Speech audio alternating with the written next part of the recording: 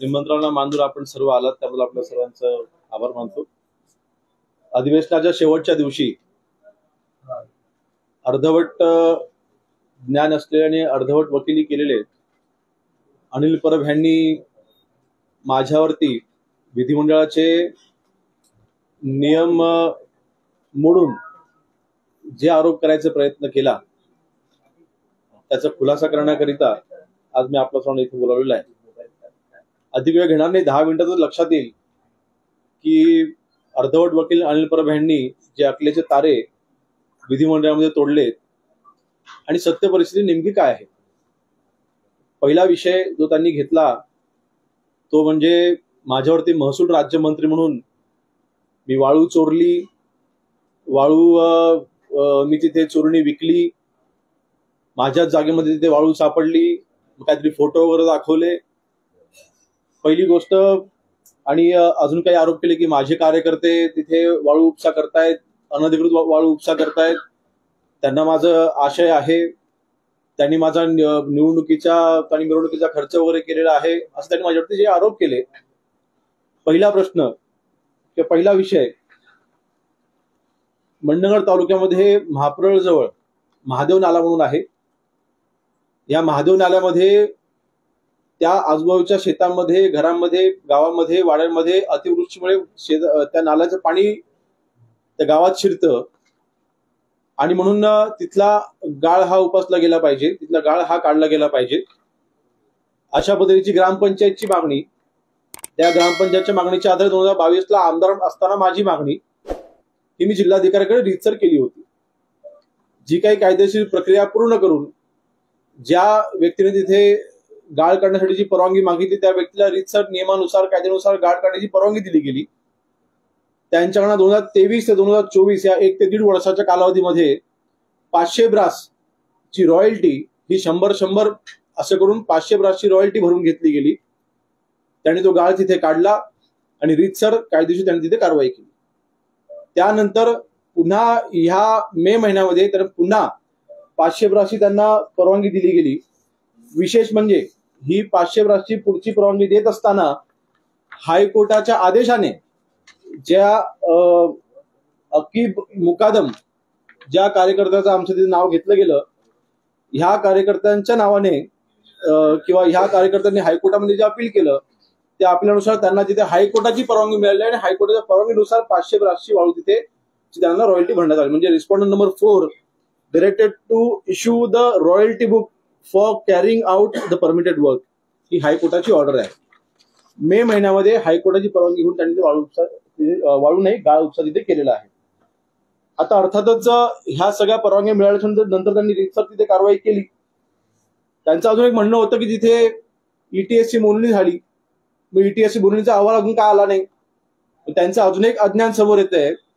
माझ्या माहितीप्रमाणे अशा ठिकाणी ईटीएसची मोजणी केल्या जात नाहीत किंवा ईटीएसची मोजणी ह्या बाबतीमध्ये या संदर्भामध्ये ईटीएसची मोजणी झालेलीच नाहीये। मग अहवालाचा प्रश्न उद्भवतो कुठे। दुसरं त्यांचं अज्ञान किंवा खोटं बोलणं बघा कसं आहे ते, त्यांनी फ्लोअरवरती सांगितलं की रत्नागिरीच्या जिल्हाधिकाऱ्यांना मी 8 की 10 कधी पत्र लिहिलेली आहेत आणि मंत्र्यांच्या दबावामुळे आम्हाला आमदारांची तिथे किंमत नाही किंवा आमदारांना तिथे रिस्पॉन्स केला जात नाही किंवा त्यांना पत्रावर एका पत्राचं उत्तर देखील दिलं जात नाही। माझ्या माहितीप्रमाणे रत्नागिरी जिल्हाधिकारी कार्यालयामध्ये मागच्या 1.5-2 वर्षामध्ये अनिल परबांनी एकही पत्र पाठवलेलं नाही, एकही पत्र पाठवलेलं नाही। जे एक पत्र पाठवलं होतं 2 वर्षापूर्वी त्याचं उत्तर देखील जिल्हाधिकारी महोदयांनी त्यांना दिलेलं होतं। त्यांनी बैठकीचं पत्र दिलं होतं, त्यांनी बैठकीची तारीख त्यांना विचारली होती, उलट ह्यांनीच त्यांना कुठलाही त्याचा रिस्पॉन्स दिलेला नाही। हे दुसरं खोटं। असे अनेक खोटे आरोप त्यांनी माझ्यावरती काल तिथे विधिमंडळामध्ये केले। या सगळ्या प्रति मी आपल्या सर्वांना देणार आहे। दुसरा विषय, खेड जगबुडी नदीमध्ये आणि नारंगी नदीमध्ये जो तिथे गाळ काढला जातो, आपला सर्वांना माहिती की खेड शहरामध्ये गेले अनेक वर्षापासून पुराचं पाणी शिरतं। 2005 असेल, 6 असेल, अनेक वर्ष गेले, मला वाटतं 6-7 वेळेला मागच्या 10 वर्षामध्ये खेड शहरामध्ये पाणी शिरताना अतिवृष्टी होते। तिथला गाळ काढला जावा, चिपळूणच्या धर्तीवरती तिथला गाळ काढला जावा अशी मागणी ही अनेक वर्षांपासून तिथल्या नागरिकांची होती। मी देखील त्याचा पाठपुरावा करत होतो। पहिली गोष्ट, पहिलं खोटं त्यांचं या बाबतीमध्ये वक्तव्य की जगबुडी नदीमधला गाळ किंवा वाळू, त्यांनी हा शब्द वापरला की ती गरीब शेतकऱ्यांच्या घरकुलासाठी वापरली जाणारी वाळू. पहिली गोष्ट, जगबुडी नदीमध्ये फक्त आणि फक्त गाळ आहे, तिथे वाळू नाही.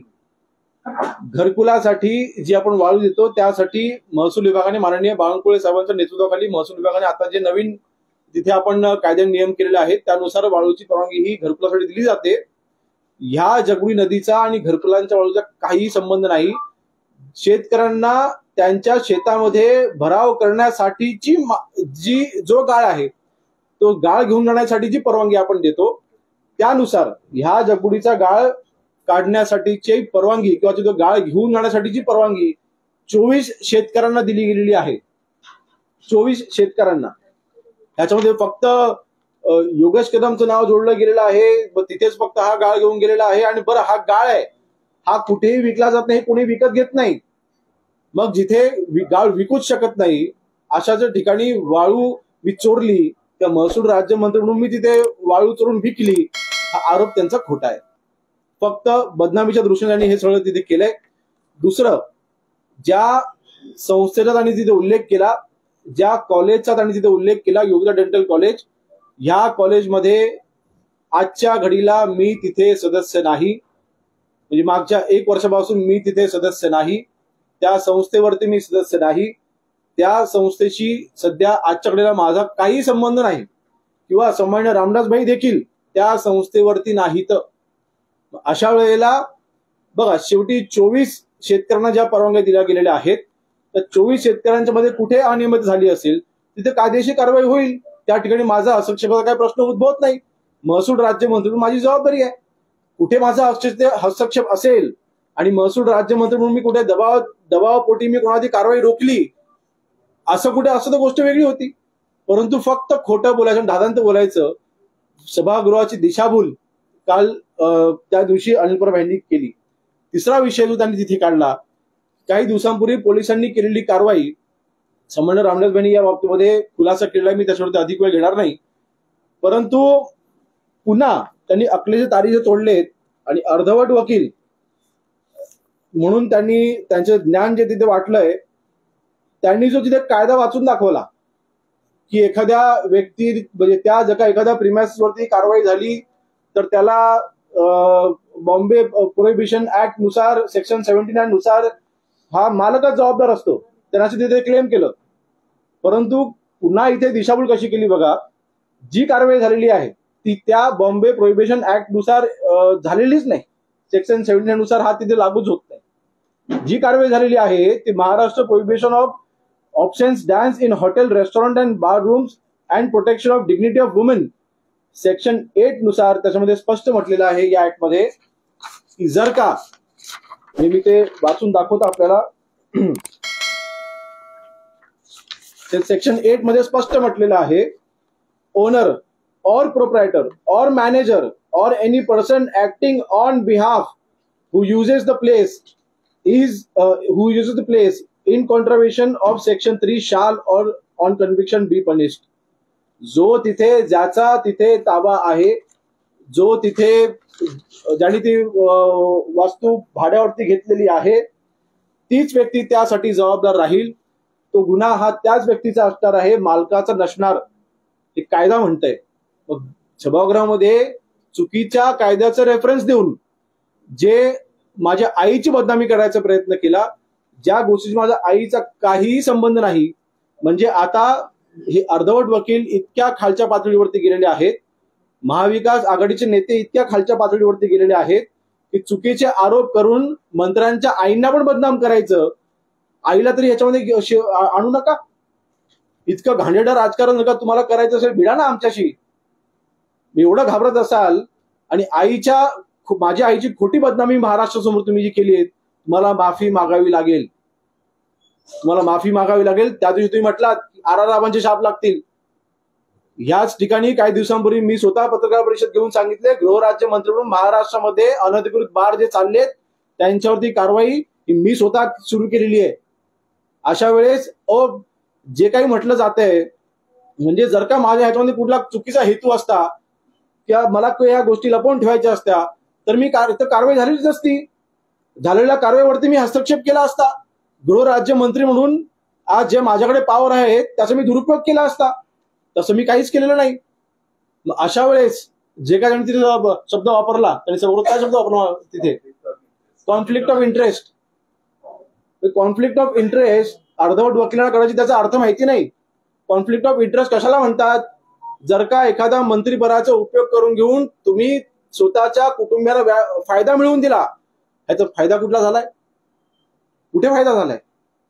म्हणून फक्त बदनामी करायची आणि आमच्या कदम कुटुंबियांचं नाव खराब करायचा प्रयत्न करायचा, माझ्या आईचं नाव खराब करायचा तुम्ही प्रयत्न केलेला आहे. तुम्हाला 100% महाराष्ट्रामध्ये सगळ्या माता भगिनींचे छाप लागतील.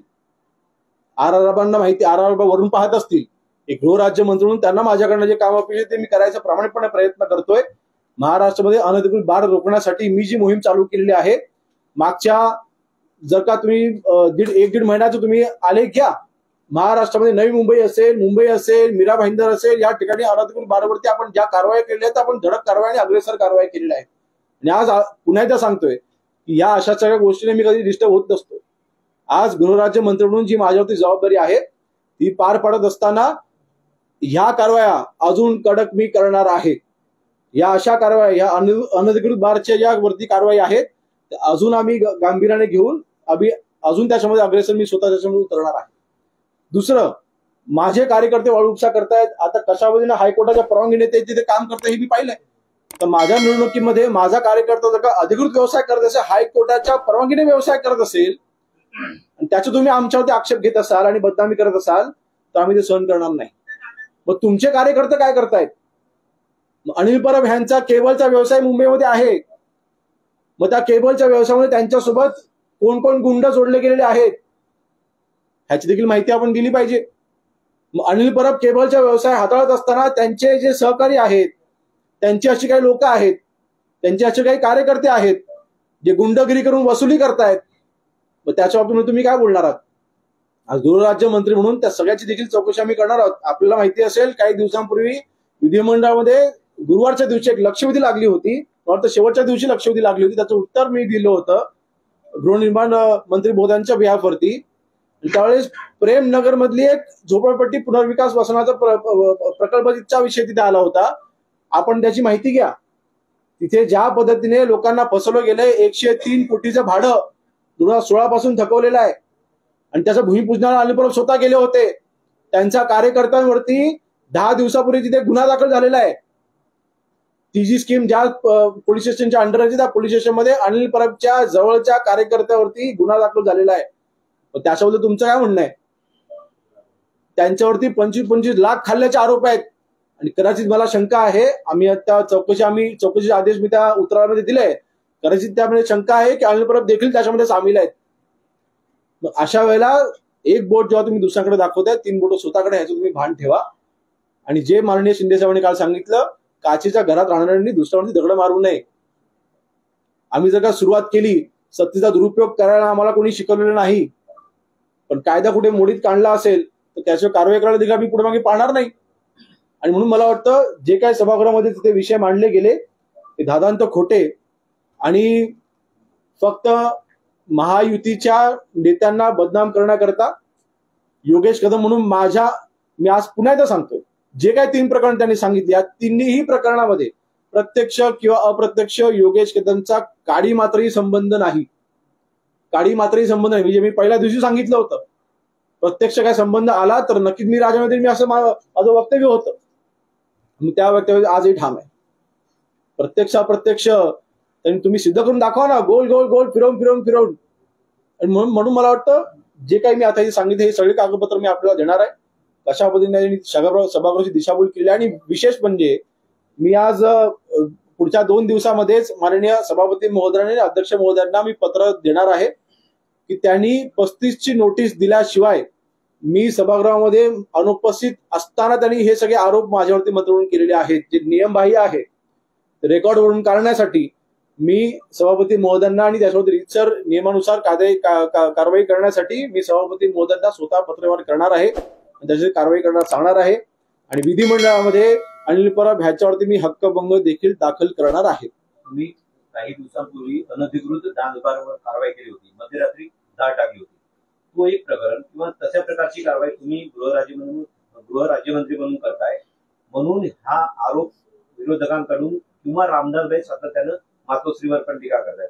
हे दोन तीन कारण असू शकतं ना. सामान्य रामदासभाईंनी जी शंका व्यक्त केली, जो संशय व्यक्त केला, 28 तारखेला मला वाटतं 28 तारखेला ना 28 तारखेला नवी मुंबईमध्ये जे काही मी पुढाकार घेऊन कारवाई करायला लावली अनधिकृत बारवरती नवी मुंबईच्या, त्याच्यानंतर 2 दिवसानंतर नवी मुंबईमधील असतील सीपीने असतील, मुंबईमधील सीपीने असतील, तिथल्या वरिष्ठ अधिकारी बैठका घेतल्या आणि कारवाईचे आदेश दिले की अशा पद्धतीने आपल्या मुंबईमध्ये गृहराज्यमंत्र्यांच्याकडनं कारवाई होता का, आपण सुमोटो कारवाई करा, पुन्हा अग्रेसिव्ह कारवाई करा, अशा पद्धतीचे आदेश दिले गेले. आता ह्याच्यामध्ये ह्या लोकांना काय तिथं खुपलं मला कळत नाहीये. जे झालेल्या कारवाईवरनं माझं आईचं नाव तिथे घेऊन जे काही राजकारण करायचा प्रयत्न केला जातोय, आमची कुटुंबियाची बदनामी करून ही कारवाई त्यांना थांबवायची आहे का? अनिल परबांना ही कारवाई थांबावी अशी त्यांची इच्छा आहे का? मी तर गृहराज्यमंत्री म्हणून कारवाई करायला लावली ना, मी कुठे थांबवायला लावलेली आहे? मग कॉन्फ्लिक्ट ऑफ इंटरेस्ट आला कुठे? आणि म्हणून जी रामदासबाईंनी शंका व्यक्त केली ती योग्य आहे. तुम्ही सांगितले की तुम्ही हक्कभंग आणणार आहे, पण ज्या पद्धतीची कागदपत्र ते म्हणतात की आमच्याकडे या संदर्भातले अनेक पुरावे आहेत, तर त्यासाठी तुम्ही तयार आहात का? त्यांनी जे पुरावे दिले, त्यांनी जे आता ते ह्या व्यतिरिक्त मी जे आता उदाहरणार्थ ज्या महापौराचा जे विषय झाला, हायकोर्टाची ऑर्डर आहे ना, ऑर्डर हायकोर्टाची आहे ना, हायकोर्टाने ऑर्डर दिली की तुम्ही रॉयल्टी बुक तिथे चालू करा, रॉयल्टी भरून घ्या. त्यानुसार तहसीलदारांनी रॉयल्टी भरून घेतली, त्यानुसार त्यांनी तिथे गाळ काढला, ते रितसर ते तिथे कायद्यानुसार कारवाई करतायत. बरं, माझं म्हणणं स्पष्ट आहे, ती प्रोसिजर पूर्ण होत असताना जरी समजा माझा कार्यकर्ता असेल, त्यांनी कुठे कायद्याची पायमल्ली केली असेल, तसं कारवाई रितसर व्हावी ना. मी कुठे कारवाई थांबवलेली आहे? आणि तसे मी कुठे कारवाई थांबवलेली आहे याचे पुरावे त्यांनी द्यावेत ना. त्यांनी असे पुरावे द्यावेत. माझा थेट हस्तक्षेप महसूल राज्यमंत्री म्हणून माझ्या पदाचा दुरुपयोग केलेला दाखवा ना. आणि म्हणून मला वाटतं बघा, शेवटी माननीय मुख्यमंत्री मोदयांनी चौकशीचे ह्याच्यामध्ये जे काही आदेश दिलेले आहेत त्यानुसार चौकशी होईल. जे काही निष्पन्न होणार ते होणारच आहे. शेवटी अनिल परबला माफी मागावी लागणारच आहे. असं बघतो का शिवसेनेचे आमदार असतील, ते मंत्री असतील, त्यांच्यावर आरोप होताना दिसले, संजय शिरसाट असतील, प्रताप सरनाईक असतील, संजय राठोड असतील, त्याच्या शेवटी तुमच्यावरती आरोप झालेले आहेत. काय कसं बघताय सर्व गोष्टीला? नाही, काही नाही, सत्तेच्या बाहेर गेलेल्याचं फक्त त्यांना पोटसून उठलं, दुसरं काही नाही. स्वतः मंत्री असताना, अनिल परब स्वतः मंत्री असताना त्यांच्यावरती अंडरवर्ल्डची कनेक्शन असल्याचे आरोप होते. हे ते विसरले का? म्हणून सत्तेमध्ये येऊ शकले नाही, स्वतःच्या घरात मंत्रीपद येऊ शकले नाही, ह्याचं त्यांना पोटसून उठलेलं आहे. दुसरं कारण काय असू शकते? आज तरुण मंत्री म्हणून माझी जबाबदारी आहे की माझा कारभार हा स्वच्छ असला पाहिजे आणि तो करायचा मी प्रामाणिकपणे प्रयत्न करतोय आणि यापुढे करत राहील. परंतु मला वाटतं फक्त राजकारण म्हणून, आमची बदनामी करण्याकरता म्हणून, सामान्य रामदासभाईंची बदनामी करण्याकरता म्हणून, आमच्या कदम कुटुंबियांची बदनामी करण्याकरता म्हणूनच फक्त राजकारण चाललं, दुसरं काहीही नाही. जास्त त्रास झाला का? आणि राजकारण आता अतिशय खालच्या पातळीवर होणार ना. आईचं काही संबंध नसताना, माझ्या आईचा काही संबंध नसताना तिथे जर का अशा पद्धतीने माझ्या आईची बदनामी केली जात असेल तर ती कशी सहन होणार? कुठल्याही मुलाला नाही सहन होणार, होऊ शकत.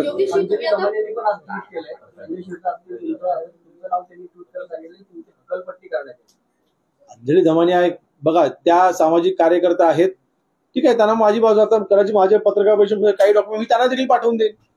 कशा पद्धतीने आरोप चुकीचे आहेत, कशा पद्धतीने माझी इन्व्हॉल्वमेंट हे त्यांना देखील मी पाठवून देईन. त्यांना मी अतिशय जवळनं ओळखतो, त्या अतिशय प्रामाणिक आहेत, त्यांच्याकडे मी सगळे माझे डॉक्युमेंट पाठवून देईन. मला विश्वास आहे की त्या योग्य बाजू घेतील.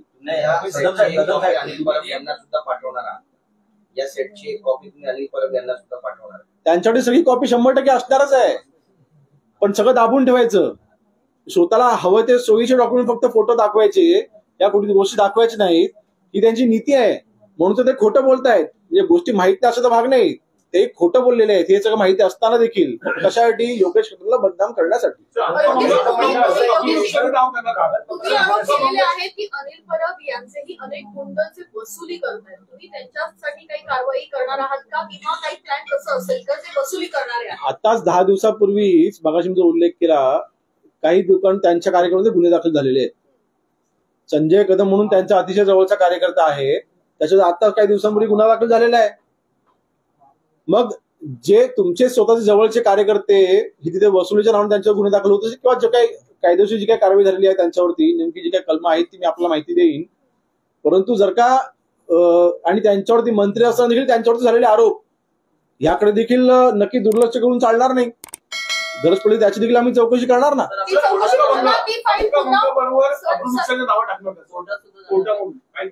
नाही, गरज पडली तर आम्ही नक्कीच जाऊ.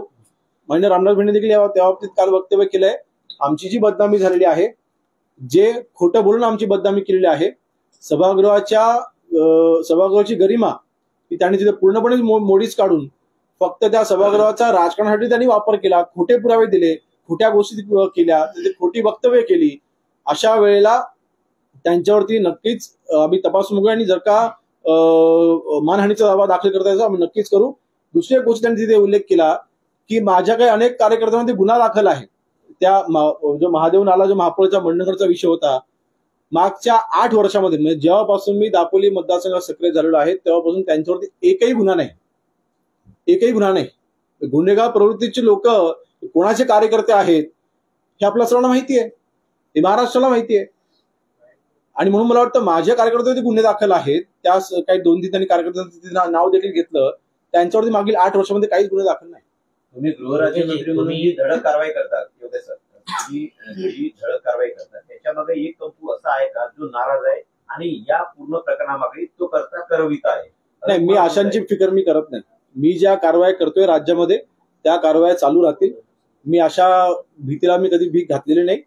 जे काही गृहराज्यमंत्री म्हणून मला अधिकार आहे त्या अधिकारामध्ये अनधिकृत चाललेल्या गोष्टींवरती माझी कडक नजर असणार, त्याच्यावरती मी कारवाई करत राहणार.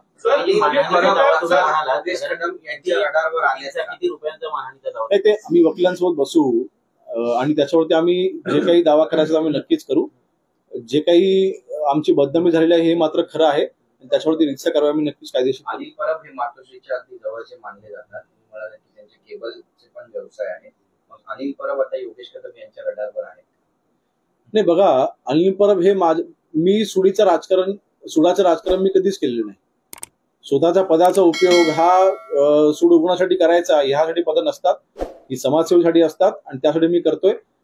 पण जे काही केलेलं आहे त्यांनी, जे काही त्यांचं प्रकरण त्यांनी बाहेर काढायचा प्रयत्न केला, हे फक्त आणि फक्त माझ्या बदनामी करता आहे हे स्पष्ट होते.